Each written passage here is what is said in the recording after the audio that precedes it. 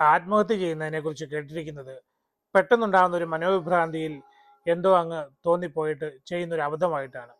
പക്ഷേ ഇക്കാലത്തെ ആത്മഹത്യകളൊക്കെ ഉണ്ടല്ലോ, എന്തോ ഒരു വെൽ പ്ലാൻഡ് ആയിട്ടാണ് കാണുന്നത്. എന്തോ റിസർച്ച് നടത്തിയിട്ടാണ് പലരും ഇപ്പോൾ ആത്മഹത്യ ചെയ്യുന്നത്. അവർക്കൊക്കെ ഏതോ ഒരു പുതിയ രീതിയിൽ ആത്മഹത്യ ചെയ്യണം എന്നൊക്കെയാണ് തോന്നുന്നത്. ഒരു സ്ത്രീ അവരെ കമിതാവിനോടുള്ള ദേഷ്യവും വൈരാഗ്യം തീർക്കാൻ വേണ്ടിയിട്ട് അയാളെ വീട്ടിലേക്ക് ഇങ്ങ് ഇടിച്ചു കയറിയിട്ട് അയാളുടെ വീട്ടിലുണ്ടായിരുന്ന ഒരു അമ്മൂമ്മയെ ഒന്ന് താഴെ ഇട്ടിട്ട് ആ മുറിക്കകത്തോട്ട് പോയിട്ട് അവിടെ കയറി തൂങ്ങിച്ചെത്തും. ഇനി അവരുടെ ആത്മാവ് ആ മുറിക്കകത്ത് കിടന്ന് കറങ്ങുമല്ലോ, അതുകൊണ്ട് അതിനകത്തോട്ട് താമസിക്കാനും പറ്റില്ല അല്ലേ. ഒരാൾ 24 പേജുള്ള ഒരു ആത്മഹത്യാ കുറിപ്പ് എഴുതി വെച്ചിട്ടാണ് മരിച്ചത്, ഭാര്യയുടെ പീഡനം സഹിക്കാൻ വയ്യാഞ്ഞിട്ട്. ചെറുപ്പകാലത്ത് ഞാനൊരു ആത്മഹത്യയെക്കുറിച്ച് കേട്ടിരുന്നു. രണ്ടുപേര് തമ്മിൽ ഇഷ്ടമായിരുന്നു.